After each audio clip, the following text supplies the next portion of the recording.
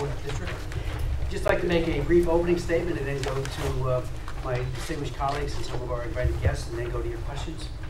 Let me just say at the outset that America has changed and today is more pro-life than ever.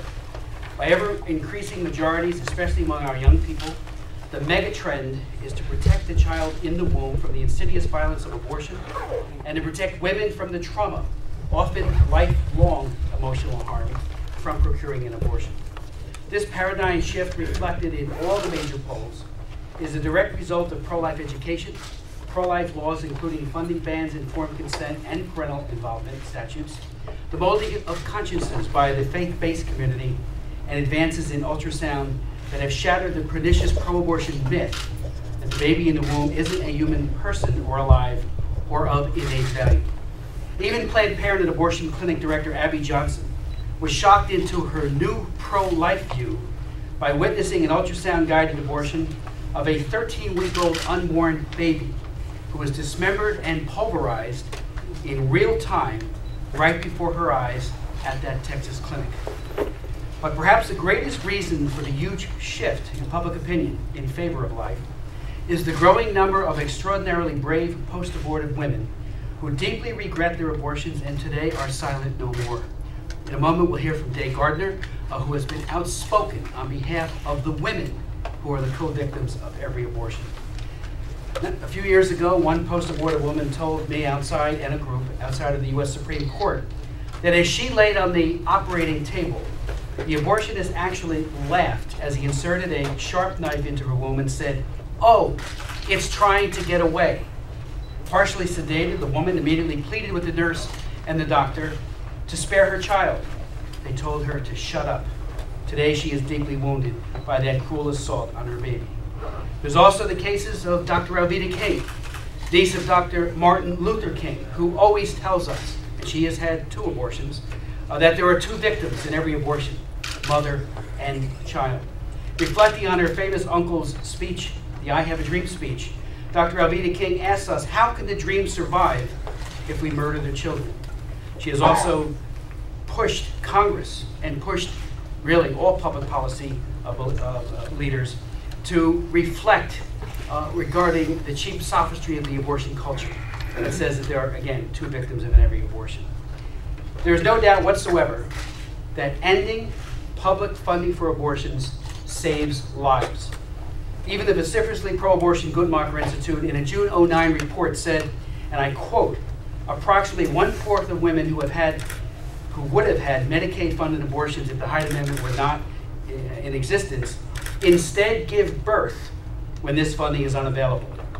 I remember so vividly when Congressman Henry Hyde being moved to tears when he learned that the Hyde Amendment had likely saved the lives of more than 1 million children who today are perhaps in school and getting ready for summer vacation, perhaps playing sports, or if they are in their 20s or 30s, building families of their own.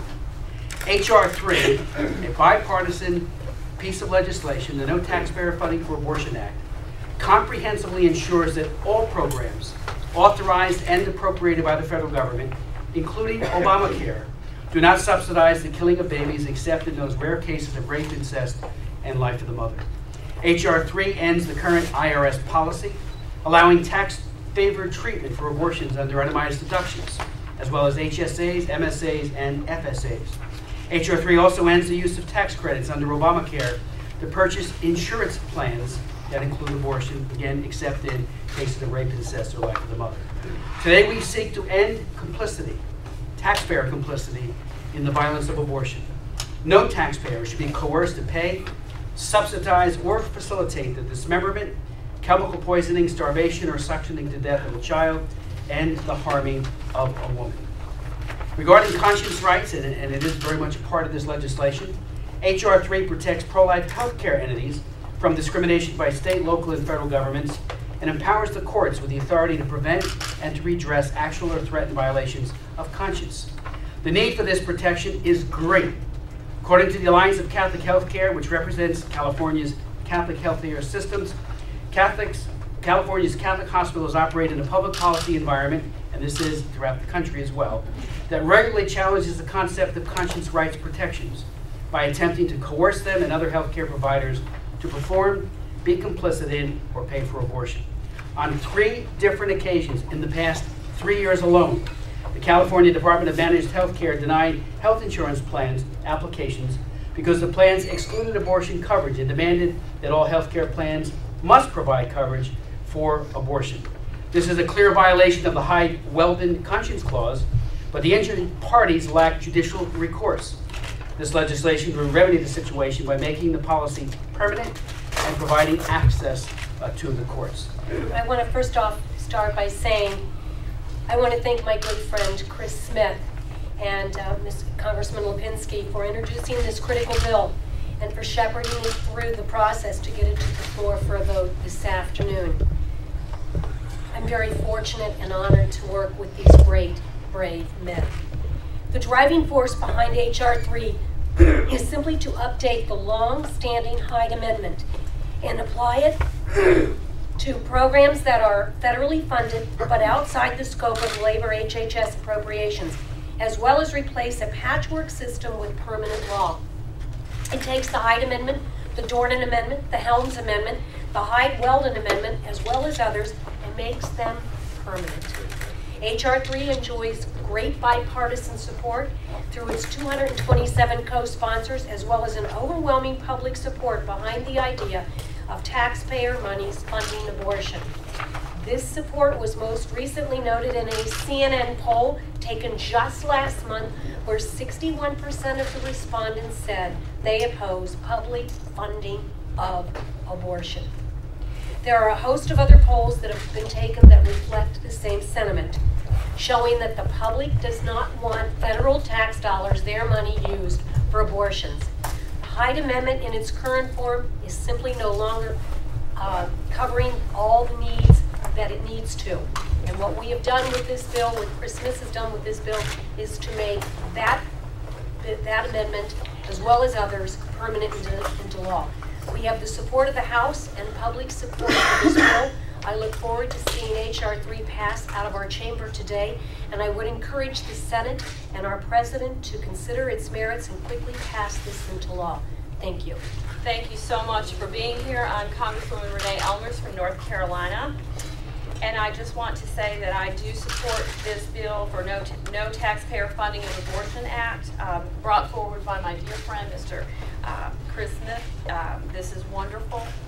This issue is very near and dear to my heart. As a nurse for over 21 years, I have witnessed firsthand the impact of the unnecessary regulations and government intervention can have on patient care and treatment. I came to Washington because I wanted to fix the broken system and the spending and protect the freedoms of the government and fight against government grandstanding. The first mission of any government, most especially our own, is to protect the lives of its citizens.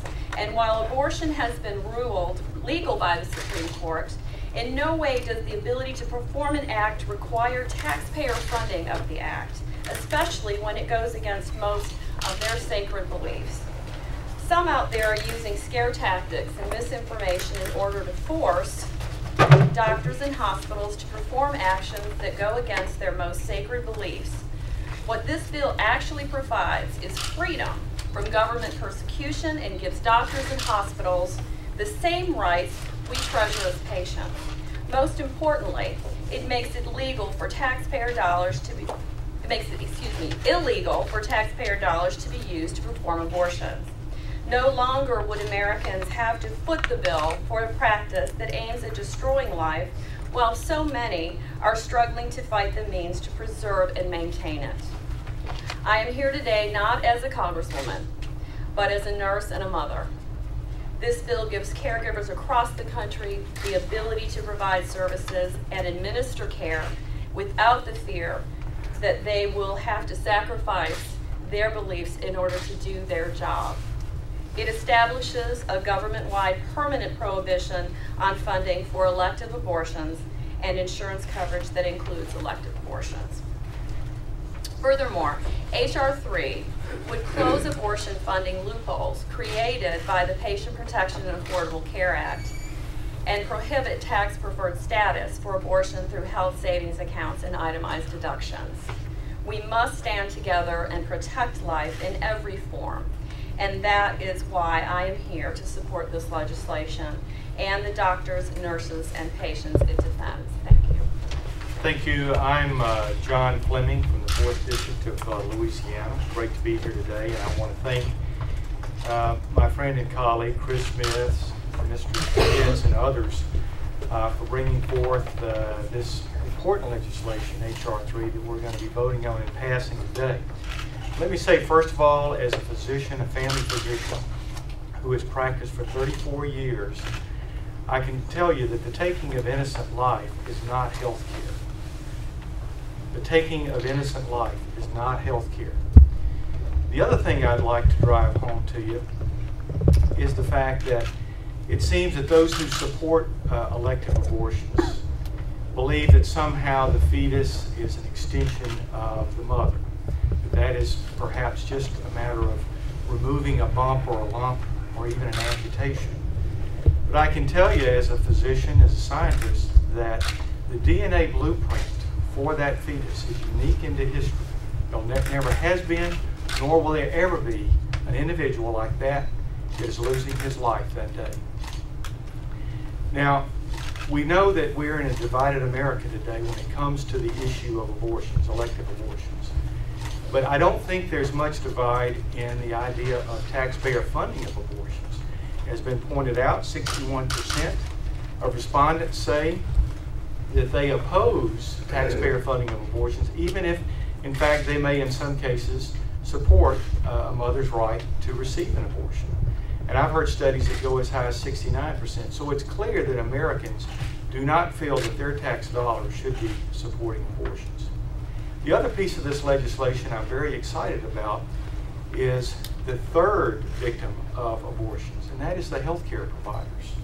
Healthcare providers increasingly, and certainly with the advent of Obamacare, will be asked and in fact required to participate in the taking of innocent life. And why shouldn't they have the same protections as any other worker in the workplace? Why shouldn't they have recompense? Why can't they go to an attorney and have their civil rights protected as well as a healthcare worker? So these and many other things are so important in this legislation. And again, I congratulate Mr. Smith and many others and look forward to this passage. But we need to keep driving this home. We need to reinstall the Hyde Amendment protections that have been in our legislation for so many years. Otherwise, we're going to see tremendous increase in abortion clinics and in actual abortions in the near future. Thank you. Thank you. I'm Phil Rowe from the 1st Congressional District of Tennessee, and I'm not like a lot of folks here. I've spent the last 30+ years delivering babies. That was my job. I've delivered almost 5,000 babies as an obstetrician gynecologist. And I bring to you a very personal viewpoint of this from a physician and the patient relationships that I've had over the years. I've lived in the community long enough to see these children that I've delivered become nurses, construction workers, lawyers, doctors, Little League coaches. It is absolutely unbelievable when you see that many young people that you deliver into a community. And the world would not be better without these young people there that I've seen. They're our future. We are destroying our future. And from the conscience clause, I want to make this as clear as I possibly can make it, is that there's no law in the land ever that could force me to do something that I believe is wrong. And that is exactly what this law is intended to do. And Chris, I can't thank you and Jean enough for keeping this out there. And Chris Smith has been at this for over 30 years. And we know that right now that abortion is legal in this country. Every one of us up here know that. We also know that a vast majority of the people in this country also think they don't want their dollars, their tax dollars, spent funding this. That's someone's choice if they want to pay for it, but they don't want to require anyone else to do this. So I just am pleased to be here today, Chris, to have an opportunity to vote on what I believe is an extremely important piece of legislation and sends a message to this country that we very dearly value life. And I will go to my grave believing this, that this is one of the most important votes we'll make in this country, is to value, and I can't think of any more thing valuable than a child, a baby. and I have grandchildren, and I can't imagine this world without them. So thank you for having me. Hi, I'm Vicki Hartzler from Missouri, and I'm just honored to be here today with Congressman Smith and my colleagues here. I'm a new freshman, and I came here to make government more efficient, more effective, to use our tax dollars more wisely, to uphold the Constitution. And I think that this bill does all of those things. It's not controversial in my mind, it's common sense. We have here taxpayer dollars going to something that 61% of the population don't want it to go to. And so it just makes sense. Let's not send tax dollars there. And also our Constitution guarantees the right to life, liberty, and the pursuit of happiness. And so it's an honor to stand up for those basic rights that our founders intended in our country, and the most important fundamental one is life. And so I'm very honored to get to co-sponsor the bill and to get to vote on it on behalf of the good people of the 4th District of Missouri. Thank you. I'm Congressman Joe Pitts of the 16th Congressional District of Pennsylvania. Abortion is not health care. Abortion is the most violent form of death known to mankind. And I won't go into detail, but you can find out if you have any questions at all. Abortion always results in 2 victims. One, the mother, one, the baby. One dead, one wounded. Today we have a chance to put into statute something that we've been doing every year with riders to appropriations bills, and that is the Hyde language that would prohibit the taxpayer funding of abortions in every health care program that taxpayer money is involved in. I want to commend Chris Smith, the other pro-life leaders standing here today, thank them for their leadership. And we're doing what most Americans realize, and what they oppose their taxpayer fund money be used for. The study, the one poll here is 61%. I have one from 2010, 77% of Americans who responded they oppose using taxpayer funds for abortions. You'll hear many accusations against this bill, but the fact remains, this bill will protect the American taxpayers from having their money being used for a morally abhorrent reason, and that is for abortions of the unborn babies. I'd like to now introduce Dave Gardner for brief comments, and we have some other, as I said, very distinguished invited guests, Nancy Tanner, for her work assisting the women. You know, the pro-life movement has always saw abortion as maleffecting 2 people, the baby as well as the mother. And in recent years, as part of the Silent No More awareness campaign and other similar initiatives, women increasingly are coming out and speaking very boldly, but with great compassion, to other women who have been hurt and harmed, especially psychologically, from abortion. Dave Gardner. Thank you. I'd like to thank Congressman Smith for all of his work in Lipinski and all of the other members of Congress who are on the ball with regard to this. Thank you to all of you. I'm going to make my remarks very brief, and then following me will be Pastor Dean Nelson. But I just want to say, first of all, that right now America is in the abortion business. And that's something we have to recognize. And though the word abortion, we hear it thrown just about everywhere on both sides and in the media, I think it's necessary to know exactly what an abortion is. Nobody wants to see the horrible pictures. They're gruesome, they're disgusting, they're ugly, but that's what abortion is. I think we heard Congressman Smith talk about the different chemical abortions and the saline abortion, partial birth abortion, all those things. But I think it's necessary for us to understand exactly what happens to a baby whose eyelids are just beginning to form and hair is appearing on the child. And in the 9th and 10th weeks, the preborn child sucks his or her thumb, turns somersaults and jumps. And around that time, this child can be just suctioned out of the womb, torn apart by a vacuum that is, I think it's like 20 times stronger than the household vacuum. Limbs are torn apart. The baby is torn to pieces. I think it's necessary to understand that in a saline abortion, a woman is injected through her abdomen with a saline solution, and the baby drinks this or swallows this, and the child's skin is actually burned When you see some of these pictures of babies that are aborted babies that look blackened, it's because most of the time they were put through a saline abortion. We have to understand what partial birth abortion is. I mean, there are a lot of different types of abortion. There's a chemical abortion also, which is a horrible and traumatic thing that a child has to go through. These children are killed in the most disgusting and horrible, horrifying ways. In a partial birth abortion, where the baby is almost free, almost delivered, almost there. Just a few, and many of these babies are able to survive a partial birth abortion. Some children have.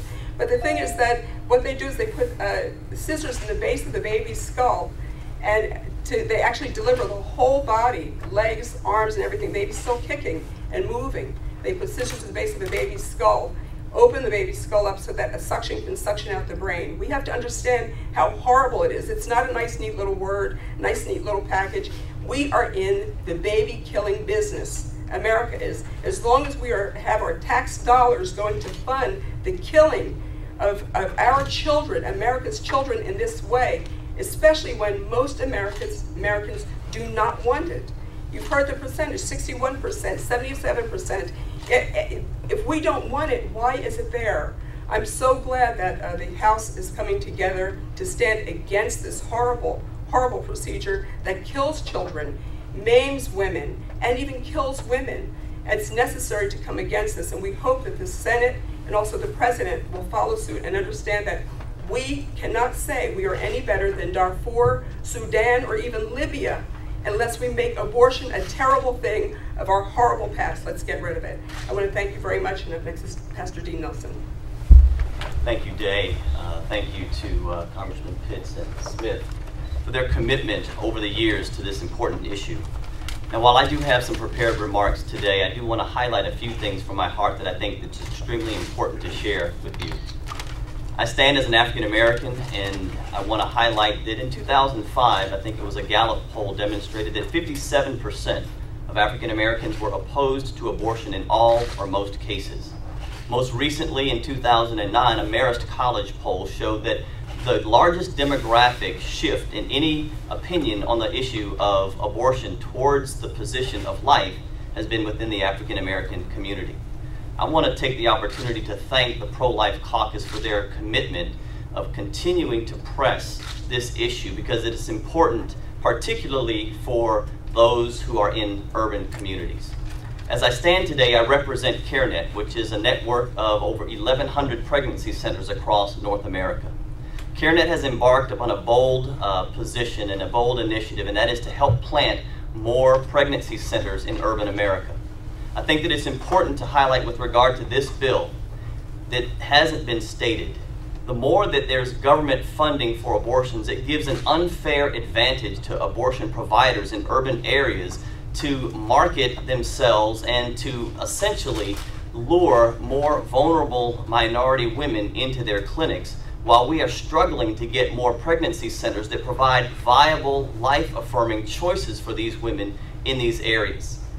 I stand not only representing CareNet, but also the growing number of African American organizations, even including in local chapters of the NAACP, that are in support of pro-life resolutions and pro-life laws. I stand on behalf of the Frederick Douglass Foundation. I stand on behalf of the High Impact Leadership Coalition with Bishop Harry Jackson, also the Black Pro-Life Coalition, and many others that are beginning to take a stronger stand to be engaged in our communities on this very important issue. As I stand here on behalf of CareNet and its 1,100 pregnancy centers across North America, I'm also here to speak on behalf of the more than 400,000 men and women that visit our pregnancy centers each year. They come into our doors looking for help dealing with the issue of unplanned pregnancies. These are people whose lives are touched by the policies that we are discussing today. CareNet supports the No Taxpayer Funding for Abortion Act, and we support it because it seeks to protect women and children and reduces abortion in America. Many people who come to our pregnancy centers are in crisis because they think that abortion is their only choice. A woman named Tia told one of our centers, "When I found out that I was pregnant, I had no idea what I was going to do. I thought that there was no way that I could provide for my child and for myself, and decided that abortion was my only option." When government funding for abortion is available, it simply reinforces that message. And it says that abortion is the only way, and it shows that it increases abortions in America. Instead of funding of abortions and destroying innocent human life, our government should focus on connecting women with abortion alternatives, and that they should support the already existing network of pregnancy centers and churches and other nonprofits, most of which do this work without providing or receiving any federal funding at all.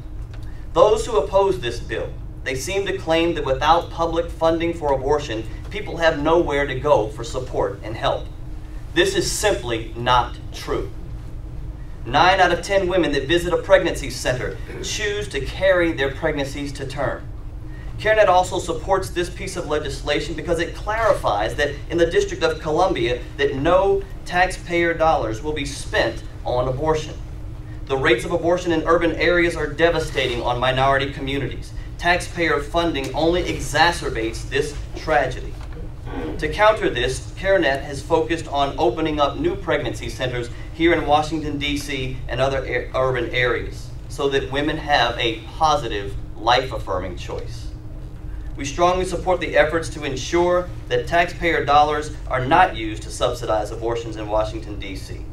And finally, CareNet urges the support of this bill because it helps to protect the rights of pro-life doctors and healthcare, medical care professionals who practice in some of our clinics and pregnancy centers. We rely on pro-life doctors and nurses and others to provide life-saving services such as ultrasounds in our pregnancy centers. The language of H.R. 3 seeks to protect the conscience rights of these pro-life medical professionals.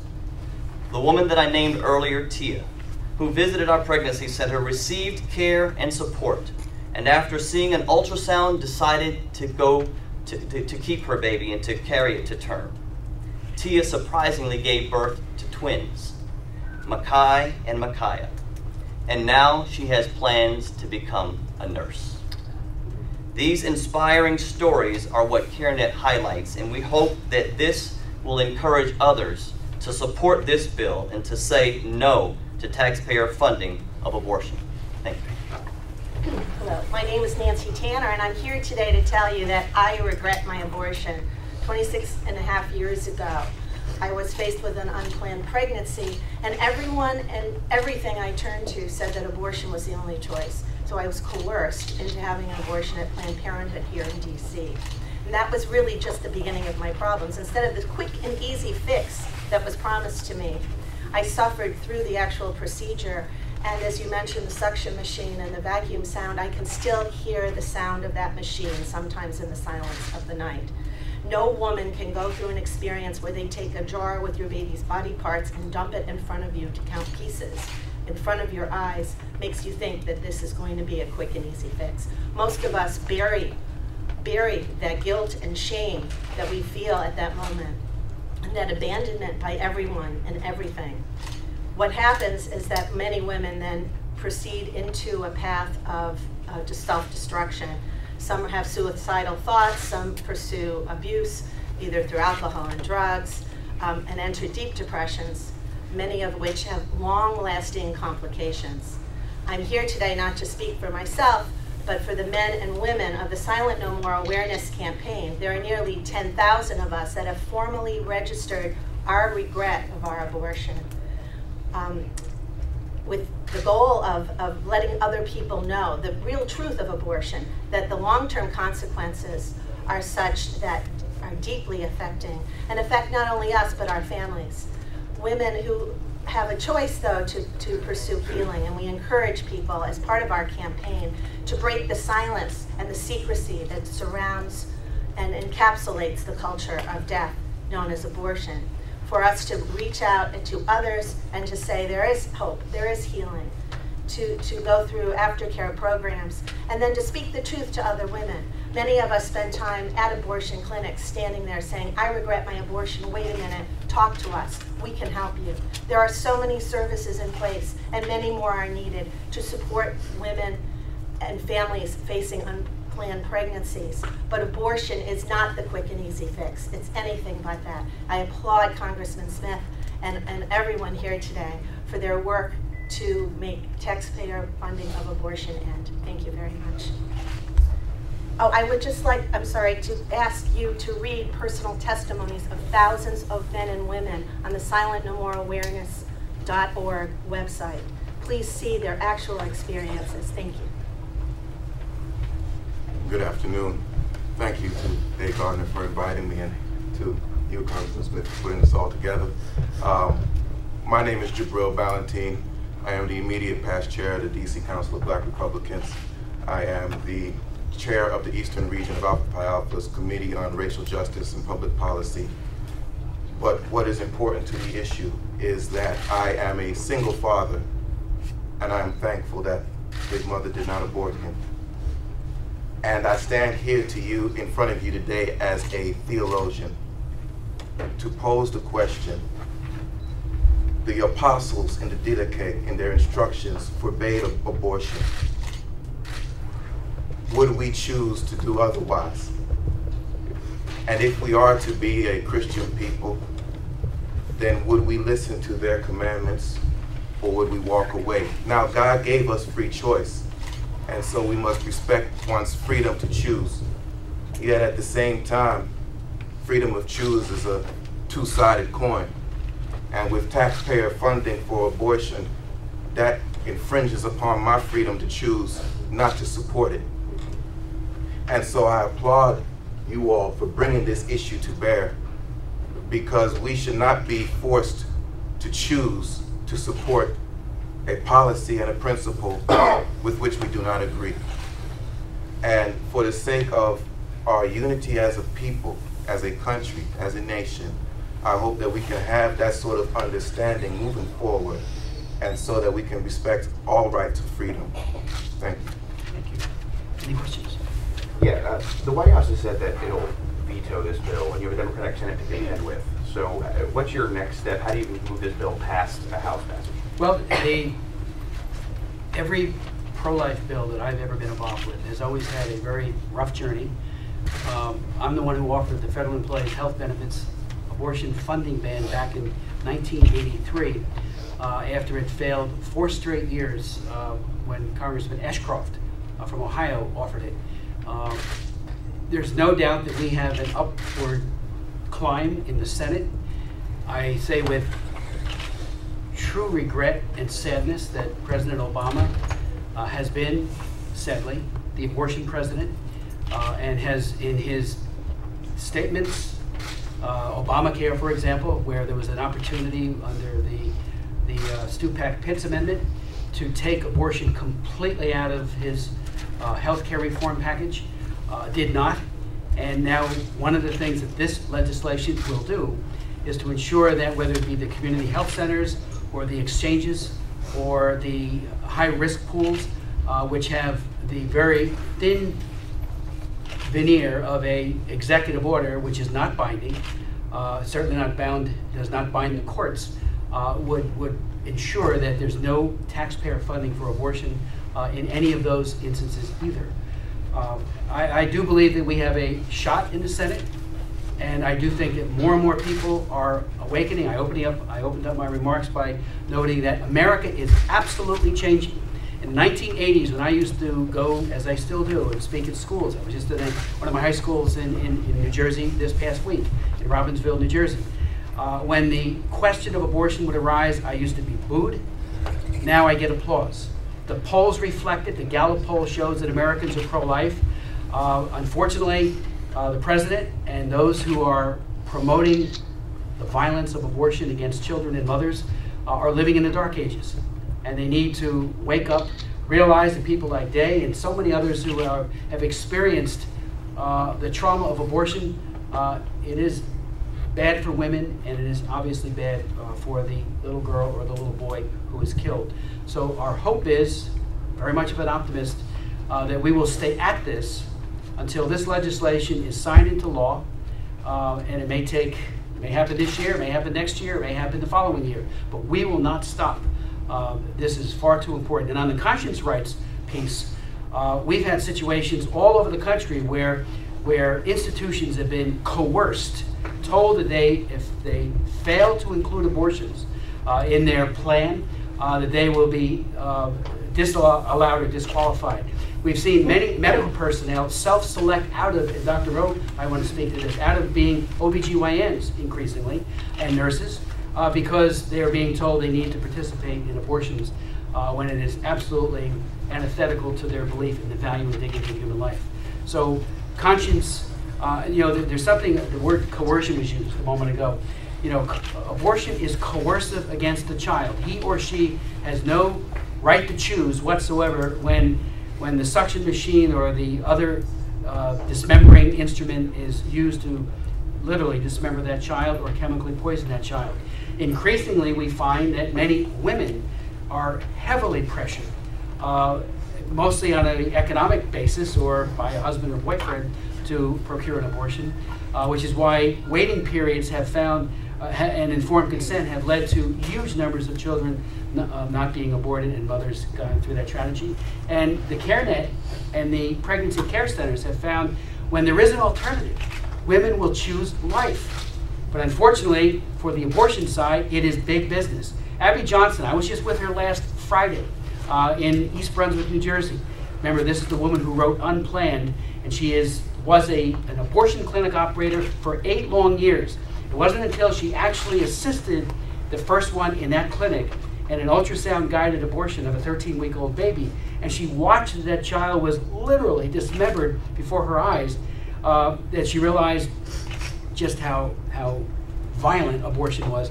Well, she said that she was in the business of selling abortions, of marketing abortions. It is big business. And there have been many books written by former pro-abortionists who ran clinics, one in Texas, where they talked about the millions that have been made. And probably the most recent example was Dr. Gosnell in Philadelphia, a multi-millionaire who systematically dismembered and killed children even after they were born, because one method of abortion increasingly used just brings about the delivery of the child. He or she suffers gasping for breath, and then he severed the spinal cords of those children. And he also allegedly killed one woman and maybe others, but one that he's been indicted for. He was a millionaire because of the abortion side. So when taxpayer funding comes in, as it did briefly, now it no longer is because of the CR under DC, as it did, we lost my amendment during the 2 years of the Clinton administration when they had the House and the Senate, and the Federal Employees Health Benefits Plan was paying for abortions in Blue Cross Blue Shield and all the others. That came back 2 years later and lives were protected. So it is all about protection of both.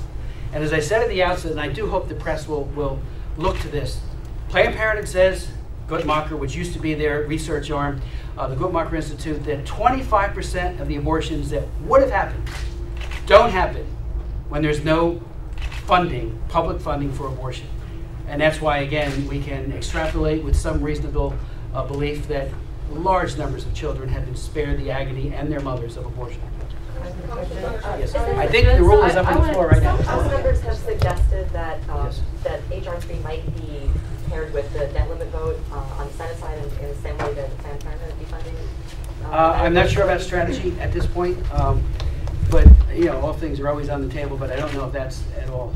On the civil rights issue, or in other words, the demographics, Planned Parenthood, Guttmacher talk about giving that the women that will suffer if there's not more access to abortions are poor women, women of minority. Can you talk to what the demographics of abortion? Who are the people that are suffering most as far as the children who are being aborted? Well, the numbers disproportionately show that African Americans are being, and perhaps some of my colleagues might want to speak to this, but especially in the major cities, the number is 300% or so more likely because it is so heavily marketed. And the women feel they have and the young girls, no other way out because they're desperate, which is why CareNet and the pregnancy care centers, their mission is to reach that woman at her time of vulnerability, offer a lifeline, love, and say, we'll love you both and we'll help both. And the numbers, it recently came out in New York that huge disproportionality of African Americans and Latinos, Hispanics being killed. And it's a very tragic marketing of abortion in those areas by Planned Parenthood. Look where their clinics are. You know, Planned Parenthood has performed at least 5.4 million abortions from 77 to 2009. If you add in their rate, 332,000 abortions in 2009 alone, if they did that in 2010, they could be at about 6 million abortions, usually disproportionately focused on African Americans and Hispanics. So, have you not The had rule debate is on the bill, so we're going to have to... So have you not had any discussions with the Senate GOP leadership about possibly promising an up or down vote? Yeah. Roger Wicker, Senator Wicker, will be introducing the equivalent of H.R. 3, the companion bill, and he actually will be having a press conference tomorrow, I believe. So we're going to make a very, very significant effort for a Senate vote and hopefully affirmation of this. Again, where's the public on this? Overwhelmingly pro-life. The 61% that CNN showed is the lower end. There are some polls that show 65, 67, and in the breakouts, women tend to be much more inclined to be against funding for abortions than men. So we have a real tailwind of public support behind H.R. 3, the No Taxpayer Funding for Abortion Act. Thank you so much.